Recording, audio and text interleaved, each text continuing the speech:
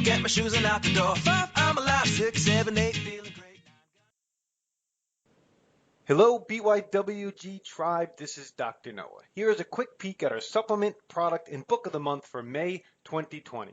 At the end of the podcast, I'll spend a few minutes going into further detail, so we encourage you to listen to the end.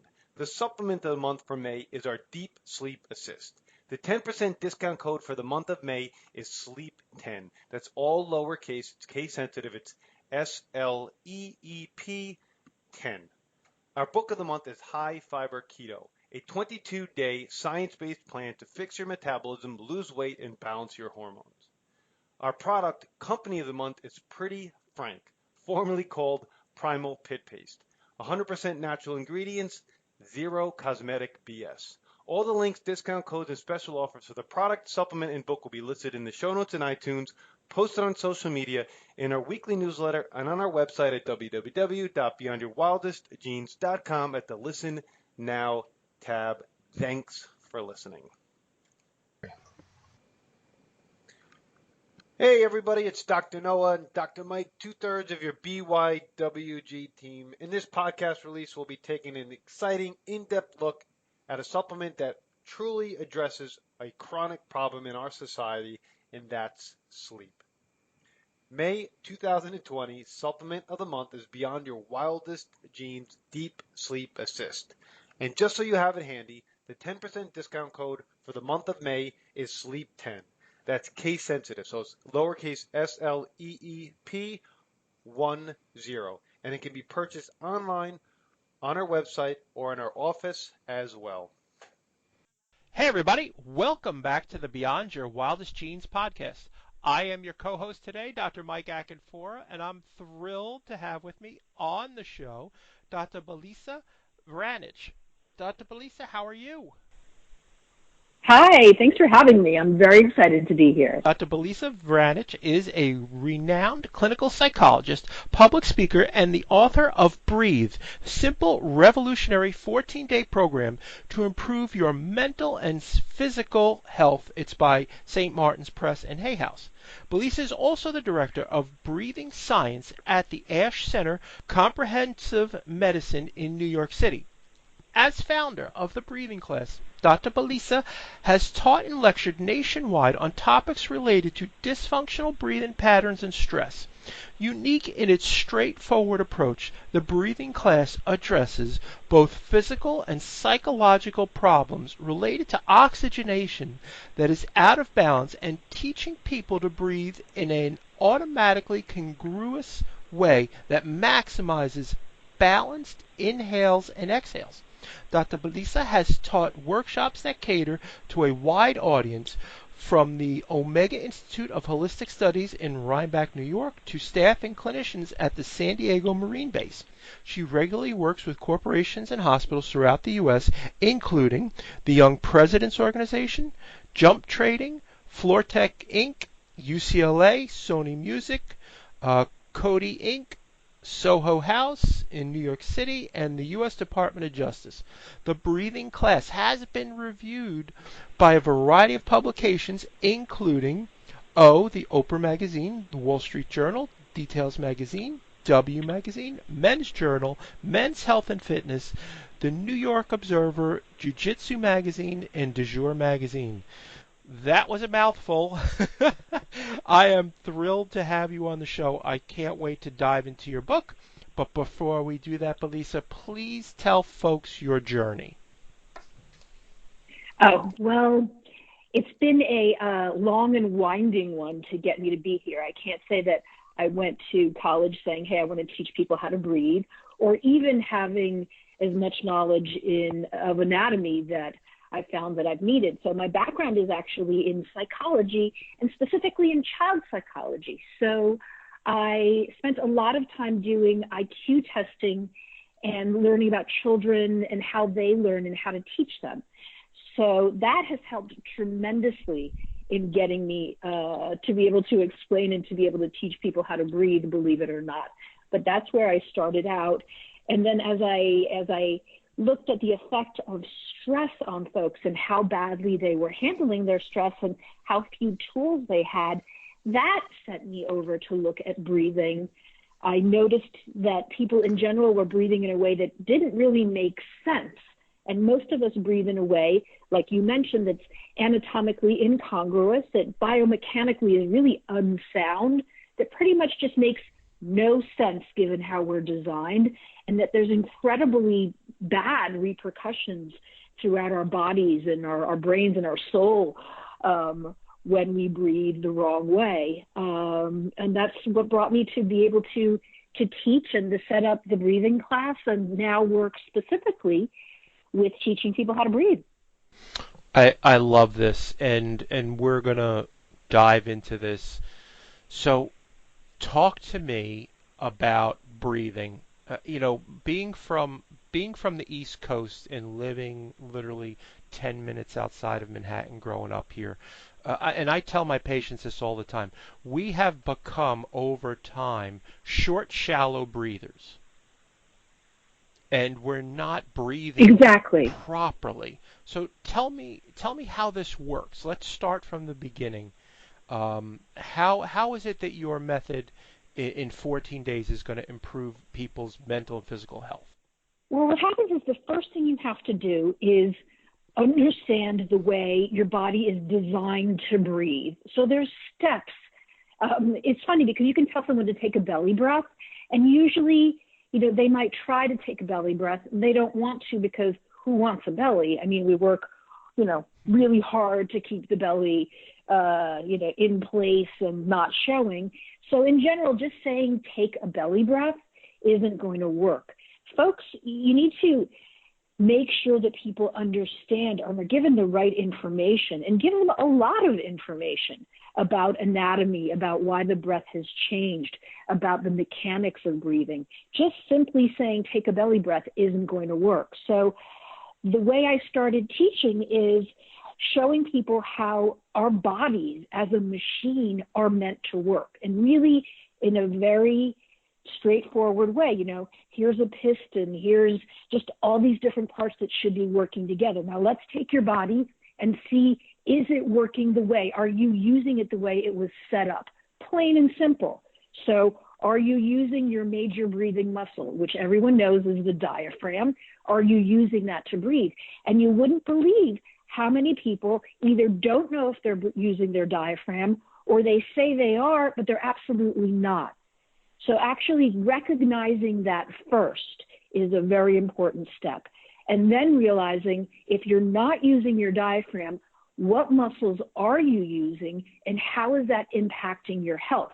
And some of the things that can happen if you're not breathing well is you're going to have trouble going to sleep. You're going to be breathing in a short, shallow way because you have no choice. You might have lower back pain because your diaphragm is attached to your spine. You might have digestive problems because your diaphragm also helps digestion. It helps what's called peristalsis.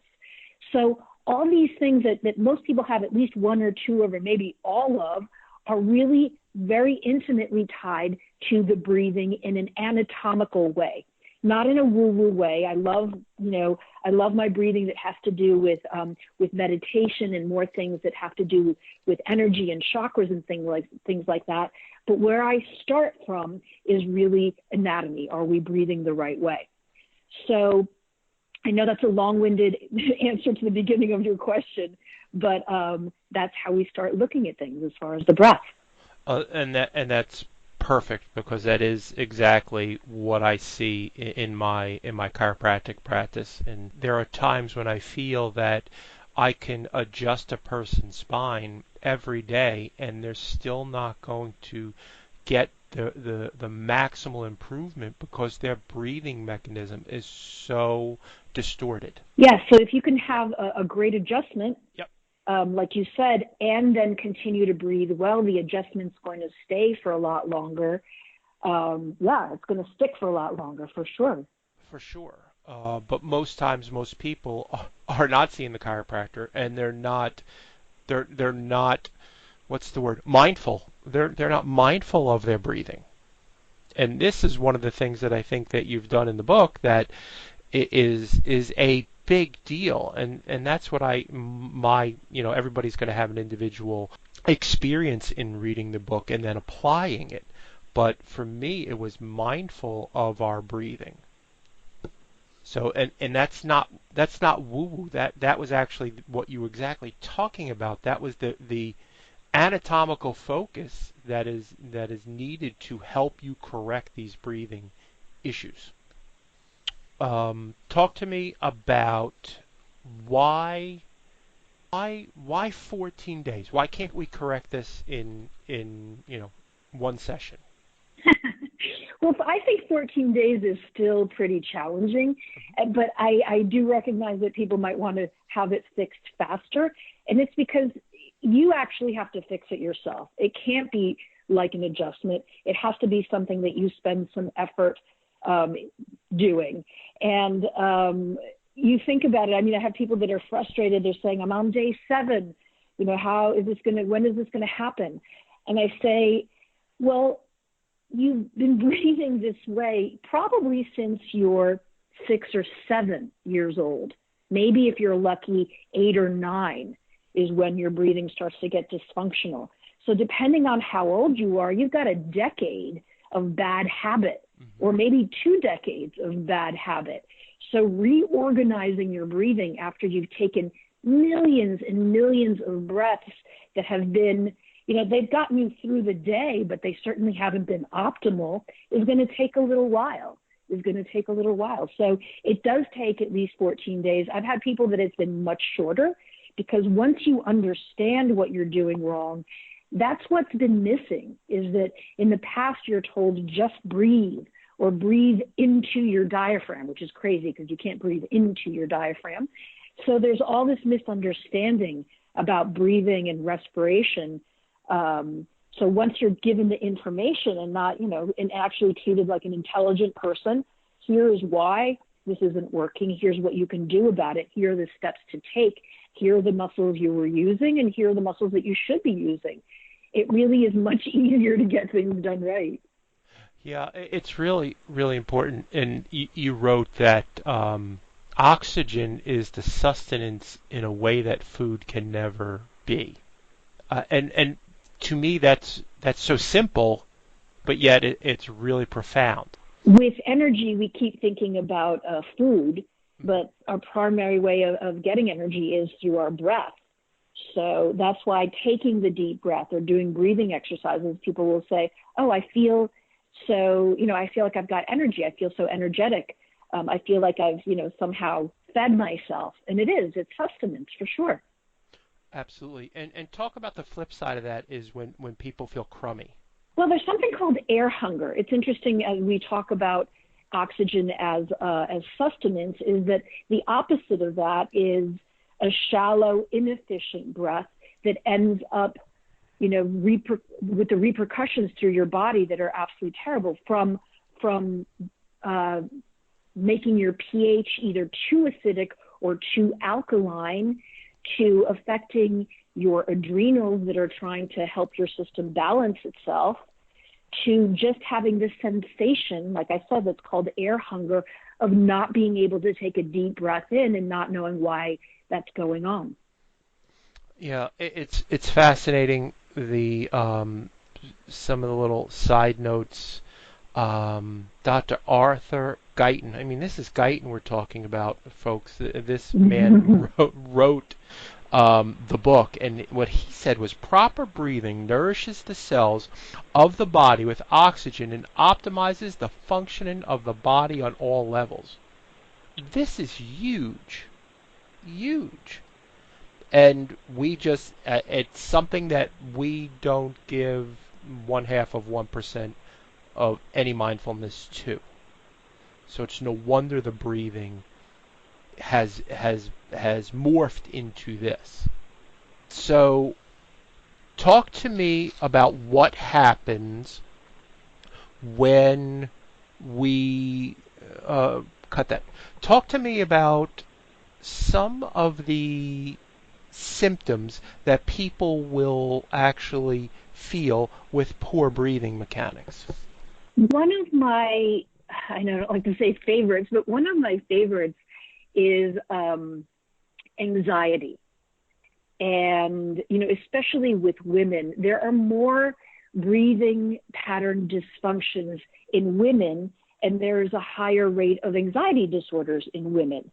So that's not something I think that's happened by chance. The way you breathe is really a mechanism to control your nervous system. So lavender candles, great music, all kinds of other wonderful things that help you relax are great. But the mechanism, the actual like knobs and levers that your nervous system goes to see how it should be responding or how your brain and body should be feeling is your breath. So to me, anxiety and stress, how we experience it, how we control it, is directly related to how we're breathing. So if you learn how to breathe to control that, it just makes life so much easier. Absolutely. One of the things that you wrote that I loved was breathing exercises can energize you better than a Red Bull and get you to sleep faster than an Ambien. Neither Red Bull nor, the pharmaceutical that works with Ambien has come out to get me yet. I'm sure they might. But it's true, is that we're taking all these things either to wake us up or to put us to bed, to get us to go to sleep. I mean, we spend days, and I know that, I've done this myself and, try not to, is that getting to sleep is really hard nowadays, and waking up and performing the way we want to all day long is really hard. So I don't blame anyone for, their double espresso, maybe the second double espresso throughout the day, or having to take a sleep medication, because we live in a world where being productive and staying on time is really important. However, using the breathing to help with both those things, to wake up and to go to sleep, can be really efficient. It is. Let's start. And first of all, you're not saying you're going to take away my double espresso. That's correct, right? No. Okay, just checking. All right, cool. All right, so let's start at the beginning, and this is what I like and found very unique about what you're doing. So you're talking about let's measure what's going on with you. So you have a scale that you do, and you look at. Talk to people about that. Let me stop talking. I'm excited, so I'm talking. Sure. I'm talking with my hand. I'm talking with my hands. Nobody can see that. So go ahead, Belisa. So one of the things I looked at is why are we not paying attention to the breath? And one of the reasons is that we have this idea that it's just breathe. We have songs that are just breathe. We keep saying, take a deep breath in and exhale and everything should be fine. And the fact is that because we can't measure it unless we're going to a pulmonary clinic and getting spirometry measures done, we just really don't know how we're feeling. You can't see your lungs. You can't see air. So for me, it was important to be able to give folks a grade. And you have to remember, I came from a place where I was doing psychometric testing. I was doing IQ and personality testing with children. So for me, how do you get someone to care about something? Is that you give them a grade so they can at least realize where they're starting from. And that's where I came up with the BIC. It's the breathing IQ, BIQ. So you look at your location of movement and range of movement. Super simple. Where are you breathing from, and how much movement is there in that part of your body? And I come up with a grade. Most people will fall, and I mean there are some outliers, but most people will fall between a B or C and an F minus. And they're surprised. Part of them is surprised because they didn't know they could get a grade for breathing, and then also is that they realize, I was feeling pretty badly. I sort of knew it was going to be bad. You wouldn't believe how many folks go, breathing IQ, I'm not going to do so well. I know my breathing intuitively. I know something is wrong. And especially women. I mean, we're just very much in touch with our bodies and intuition. So the whole idea of, is your breathing good? Most people will tell you, I don't think so. I don't know why I don't think so, but I don't think it's that great. So that's where you start out is here's my grade, which resonates with everyone because we get graded on things all the time. But then what's nice is you get exercises to see, hey, you can change this. This isn't a label that you're going to live with forever. Hey, I'm a D breather. Let's get you to an A. And again, my background in child psych, I would do anything it took to get my kids to learn. I mean, I would sing, I would dance, I would rap. That wasn't pretty. That was ugly, me rapping.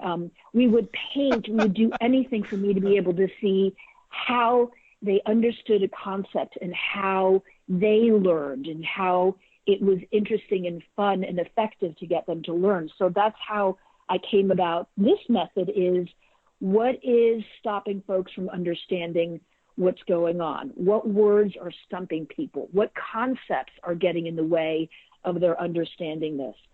So although I'm sure you'll agree that the book Breathe seems really simple, I worked really hard at making sure that how I presented it was really simple. So much so that I have people saying, usually when they come to a workshop, is, gosh, this is so simple. How come no one's ever said it this way?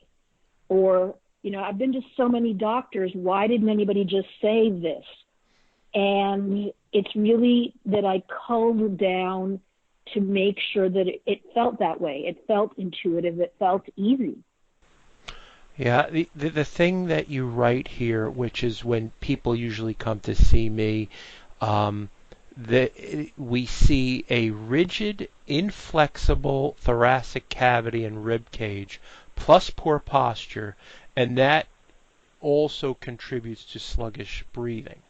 I mean, that's to me, when I'm working with somebody and that thoracic cavity, that tells me if it's like a brick wall, that there's really there's some issues here that need to be addressed. So talk to me about I want people to understand some of the depth and breadth of what you're talking about. So I know some of these concepts might seem a little much, but talk to me about like vital capacity and breathing style. I just think it's important that people get an idea of what you're talking about. Sure, I'll tell them everything. I really don't mind. They don't have to buy the book at all. I will give it away. And I often tell folks, go to your local library. Support your local library by going there. So I'm sure if your library doesn't have a book, you'll let me know. I'll send them one. But it's not, this to me, my mission really is making sure that people can own their health again and trust their bodies again and get better, because we're in such a pickle right now in that we don't know how to feel. We don't know how we feel, what to do about it, who's right, what's good advice, what's not. And often the answer is, pardon the pun, but it's like right under your nose, is that you own your breath. It's yours and you can change it and you can start feeling better fairly quickly if you're motivated. So my mission is more about let's give everybody their health back, because it was taken away somewhere along the way. I'm not going to point fingers, but you can have it back. It's yours. So empowering folks with their own breath. So the main idea is that you should be breathing with the middle part of your body expanding. If you look at any animal on the planet or any child under the age of 5, when they breathe, the part of their body where the densest, most oxygen-rich part of their lungs is, which is pretty much about 2 inches above your belly button, that's where the biggest part, not straight up, but if you put your hands on the sides of your body, that's where the biggest part of your lungs are, and also around the sides and the back of you. So in the very middle of your body, that's where the best part of your lungs are. However, most of us breathe with our shoulders and only get to the little bits that are on top.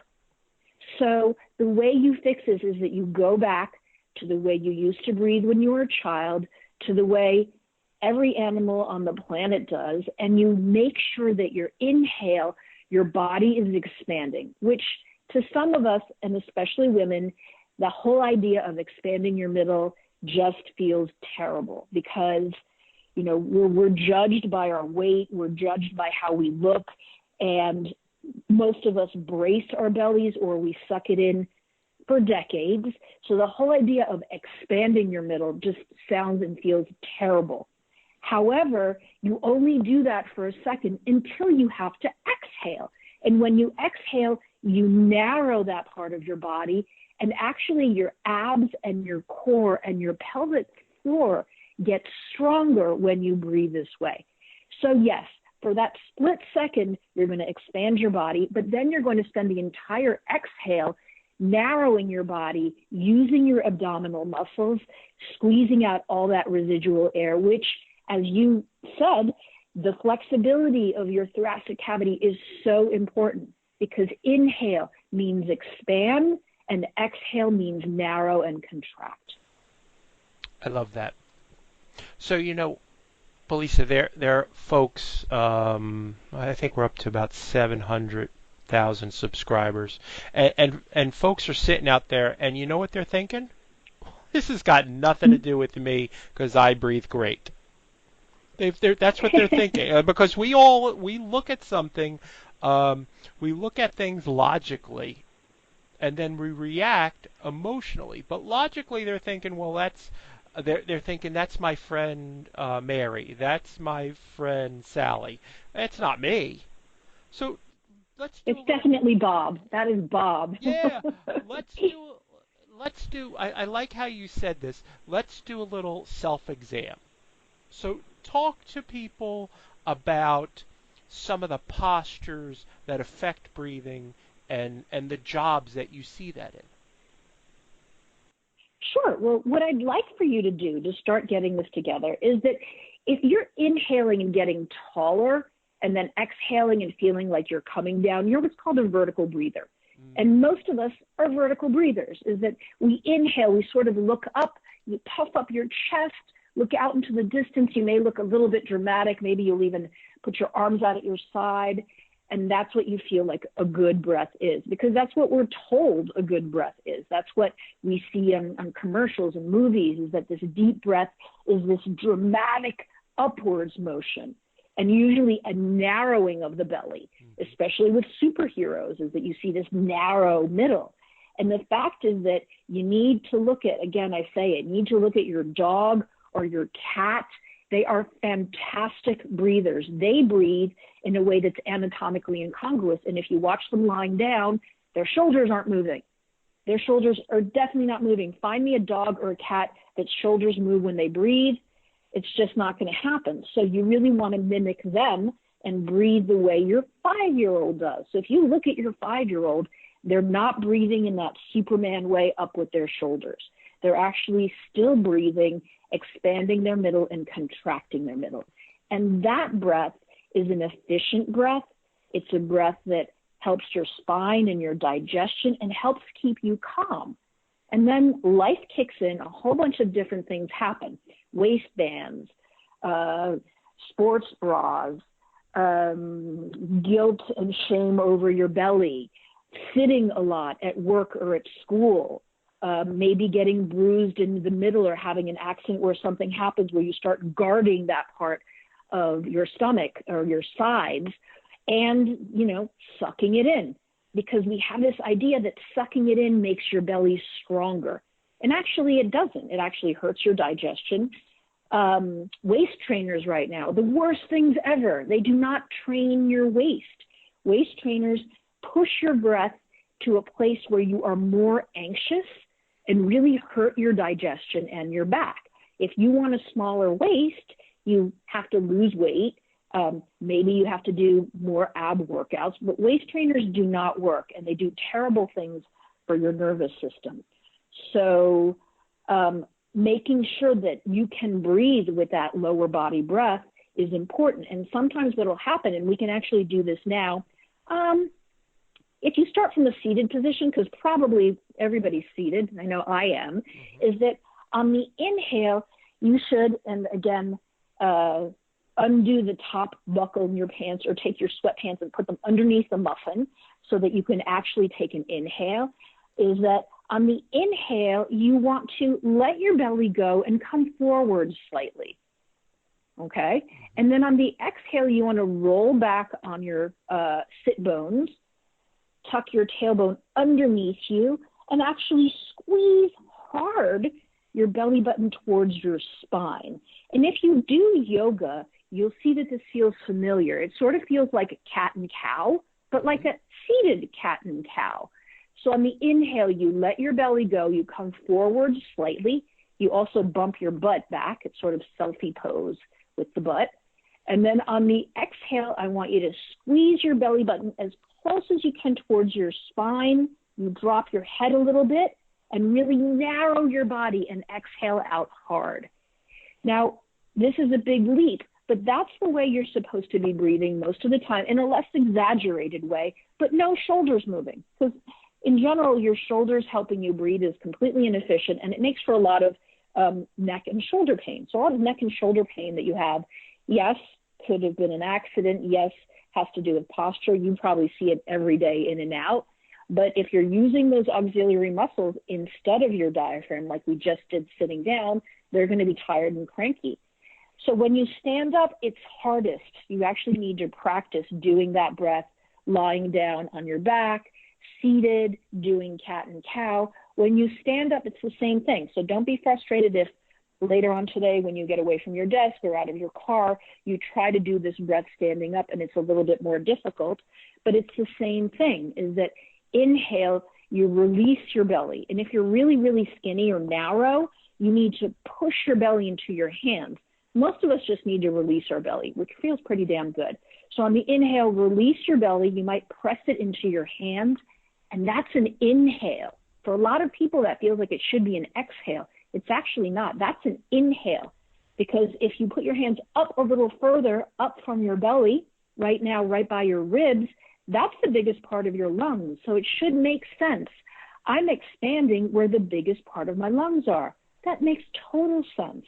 Now on the exhale, you go to skinny. You go to belly button contracts, get as close to your spine as you can. You try to narrow your body as much as you can and exhale out hard.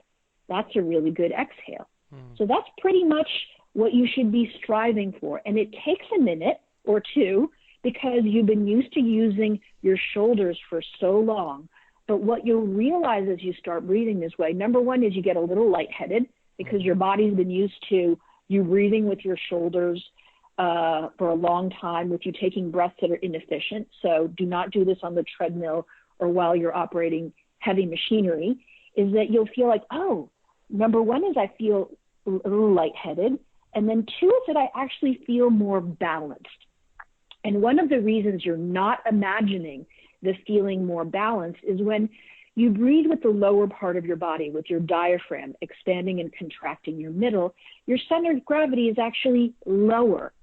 So that feeling of being unstable or feeling like you're off balance may be that psychologically you're feeling that way. You're rushed, you're stressed out, you're feeling unbalanced. But it's also the fact that when you breathe vertically up and down with your neck and shoulders, you are off balance. You're putting yourself off balance. So when you start breathing like that with your belly, inhaling and exhaling, expanding and contracting, enjoy the feeling of feeling more balanced, because physically you actually are. I love that. That's brilliant. Talk to us about the difference between, say, like a paradoxical breather or gasper and a breath holder. What happens with that? Sure. Oh, those are my favorites. So once you figure out if you're a vertical or horizontal breather, or most people are vertical with a little bit of mixed, then you can start pushing yourself not to be vertical and to be more horizontal. And again, ladies, I'm going to remind you that when you do these exercises, they are fantastic ab exercises. Your abs will actually get stronger and your pelvic floor will get stronger. So the breakdown of different types of breathers is that you can be one of the worst ones, and it's fairly common, is called paradoxical. And that actually means that on the inhale, you puff up your chest and you narrow your belly. Not good. So usually you can tell a paradoxical breather because I tell you to inhale, expand your body, exhale, narrow, and your whole body goes, what are you doing? That feels completely opposite of what I want to do. So if you're listening right now and you're thinking, this is so strange, this is the opposite of what I want to do, well, you're a paradoxical breather, which means that you're running on fumes, you're probably exhausted, and that changing your breath to be horizontal is actually going to be life-changing for you, because you're breathing, without going into too much detail, because it's hard to show you without an image of a diaphragm, is that you're breathing the exact opposite of the way your body wants to breathe. So think about the energy that you've been spending on battling with your body, where the inhale is a narrow. When your body wants to take in air through the best part of the lungs, you've been squeezing it. And now when it actually wants to get rid of air, you're relaxing it. So my paradoxical breathers, relearning how to breathe just really is completely life-changing. I have no other word for it. Then you have breath holders. And a lot of us, especially women, are breath holders. And breath holders are stressed out. So they're just, think about it, your natural reaction to something that's startling or stress is holding your breath. Well, breath holders will do this all day long, all the time, as if they're holding their breath underwater, but they're above on land. So breath holders, usually you'll find that they'll yawn or sigh a lot.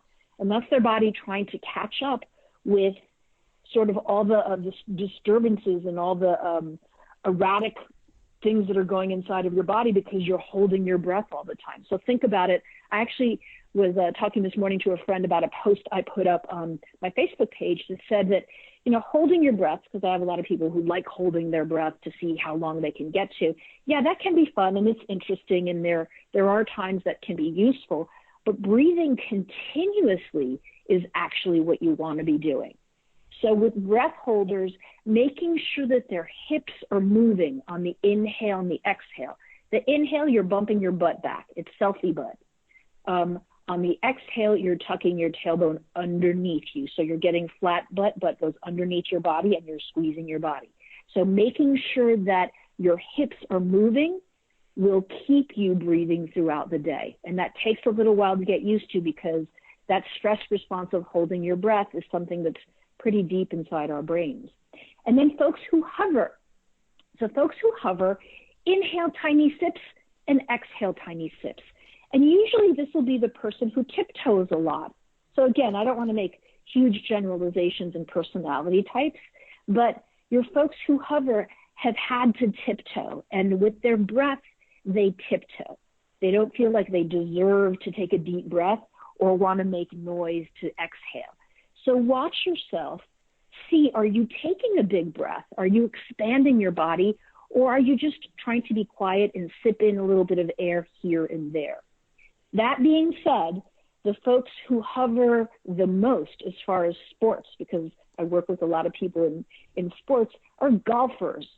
Golfers are terrible, terrible breathers. They will inhale a tiny bit and exhale a tiny bit, and then wonder, why they don't feel so great, why they aren't doing as well as they'd like to. But golfers hover a lot. And the other sport is Pilates. Pilates folks, even though Joseph Pilates was a big believer of the breath, tend to exhale really well, but not really inhale in an expansive way. Before we got on the show, folks, I was telling Belisa that I actually read the book. I didn't see that, so that's mind-blowing to me. Very cool. Very cool. Thank you. Put that one in the book. I don't want to give away the whole book, and I really, folks, you got to read this. This is an amazing book. How do you relearn to breathe? So the understanding, this is important. The understanding of where things went awry is important. And as human beings, we need to understand the why. Yes. You can't just tell us what to do. We won't do it. We need to understand, how did I get here? What did I do? And really identify with the process. Because if not, it's just another piece of health information that's getting thrown at us, like, all the health information, all those things we're supposed to be doing every single day. So it's really about, very personal, is about looking at your own breath and saying, yes, like I remember getting poked in the belly when I was 8 by someone and being called fatty. And I remember sucking in my gut since then. And I remember sucking in my gut, and good grief, actually, I've been sucking in my gut since I was 8 years old. And wow, no wonder I feel like I have this sensation of not getting enough air. Wow, there's a name to that. It's called air hunger. So it's really about looking at the process and looking at your own experience of when did I stop breathing well.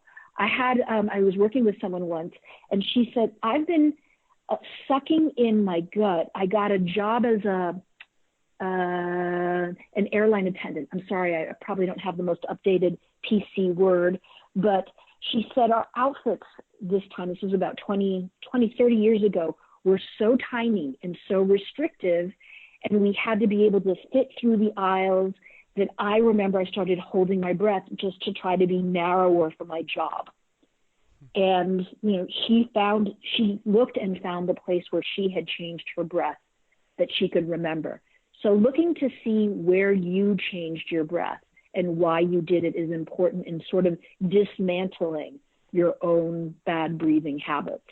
And then is understanding the diaphragm, because we don't understand it. I mean, our knowledge of human anatomy is so poor, and I'm sure you see this all the time, that people don't know what muscles they have, where they are, what they do. We need to, own our bodies more. It's such a perfect, beautiful machine if you don't mess it up. And the diaphragm is something that people don't understand. They think about, it's a plunger, which is the worst analogy ever. Worst analogy. It's not a plunger. Or they say, it's such an ugly one too. So, and they say, you breathe into your diaphragm. If I hear one more person talk about breathing into the diaphragm, you can't breathe into your diaphragm. It's a flat or dome-ish muscle that's like, I say it like it is. It's like a Frisbee. I know that the last workshop I gave, I said it's like a flank steak the size of a Frisbee, because it's big, it's muscular. So, okay, I do a lot of food analogies, usually because I'm hungry. So I reference, steaks and pizzas and things like that. But if you think about this enormous muscle, the size of a Frisbee that's a flank steak, well, damn, that is some powerful thing right there. And are you using it? Yeah, well, let's look at your grade. Let's look at your BIC grade. You got a D? Well, that's pretty much your no. You're not using that big, huge muscle that's right underneath your heart and right above your second brain, your gut, your intestines. And when you start using it, not only do you take better breaths because you're using bigger part of your lungs, you're massaging your heart from the bottom, you're massaging your intestines from the top, you're letting your vagus nerve know that you'd like to calm down, lower your heart rate, lower your blood pressure, lower your cortisol. All kinds of good things happen. So really not treating people like they're stupid and letting them have as much information anatomically and psychologically about the breath helps them be able to change things. Well, this has been amazing. I could talk to you all day about this. I've gotten so much out of this, and I'm really grateful for you taking the time, but I'm also cognizant of your time. Talk to people about where they can find you in the world, Belisa. Sure. Unfortunately, I spend way too much time on Instagram, which everybody spends way too much on Instagram. But at least you'll know exactly what airport I'm in, and what I'm eating at every airport. So my Instagram is Dr. Belisa, DrBelisa. The Facebook page is The Breathing Class by Dr. Belisa. The website is The Breathing Class. The book is Breathe. I'm obviously not very creative when it comes to names. And what I do is I travel and teach. So for instance, I'm teaching a group of CrossFitters. I'm going over and teaching at the VA in Nashville.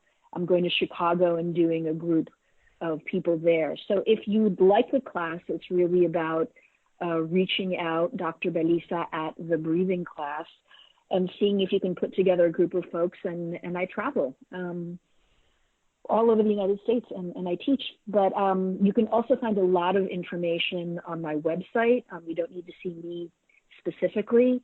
I do podcasts whenever I'm invited, because I love being able to give out information in this way. And like I said, if you would like to get the book, that's great. It's St. Martin's Press or Hay House if you're in the UK. But if not, please support your local libraries. I love my local library. And I'm very good at answering questions. If you email me, if you drop me a line on the website or on Instagram, I definitely will answer as quickly as I can. Just a selfish question on my part. When will you be teaching your class in New York City again? New York City, I don't have a class scheduled right now, but that doesn't mean that I won't next week. Okay. It's more about when I happen to land there and organizing it. Gotcha. So I don't have one set up for right now. I'm doing a lot of teacher training right now. So I just found that a lot of people wanted more information than just the workshop. They kept saying, do you do certification? Do you do an intensive? So right now, if it's something that interests you, I get people who are either in health in some way, or are looking to go back to work and want to teach something, or just want a really intensive class. They don't plan on teaching, but they want to take the intensive class. So I'm doing a lot of teacher training. There is one coming up in September, and you can always do it remotely. I have a fantastic senior assistant and I that do teacher training online together with people one-on-one, and that's great fun, and you learn a lot for sure. Well, thanks so much for sharing your ideas and your book, and really what I see is an important mission with our audience today. I really appreciate you taking the time out. Folks, if you like what you heard today, please leave a review on iTunes. It helps us to help others, because then they find us a lot easier. All of Belisa's information will be in the show notes. You can get the book. Please get the book. It's an amazing book. If you don't get it at the library, you can get it on Amazon, and we'll have the link in the show notes as well. So it was great speaking with you. I'm sure we'll run into each other. My wife wanted to take your last class when you're in Manhattan. We just had previous commitments. So next time you're here, I'm sure we'll both be in class. So thanks again. And folks, we'll talk to you soon. Have a great day. Ciao. It's Dr. Noah, and I'm back. I suspect you loved listening to this week's podcast release. Our book of the month is High Fiber Keto, a 22-day science-based plan to fix your metabolism, lose weight, and balance your hormones by Naomi Whittel. You can listen to my interview with Naomi at the Beyond Your Wildest Dreams podcast archives, date April 20th, 2020, just a few weeks ago. The link to purchase will be in all our emails, social media, and in the show notes. Our product of the month is Pretty Frank, formerly called Primal Pit Paste. Pretty Frank is committed to making safe, high-quality, and earth-friendly products without compromise.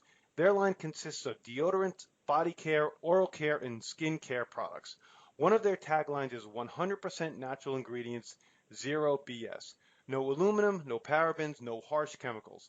Very timely, they just released a brand new hand purifier as well, scented with eucalyptus and lavender essential oils. Our supplement of the month is BYWG's Deep Sleep Assist. Deep Sleep Assist is a specialized combination of scientifically backed herbs, minerals, adaptogens, and amino acids that help you get to sleep, stay asleep, and achieve deeper levels of sleep so you wake rested and renewed.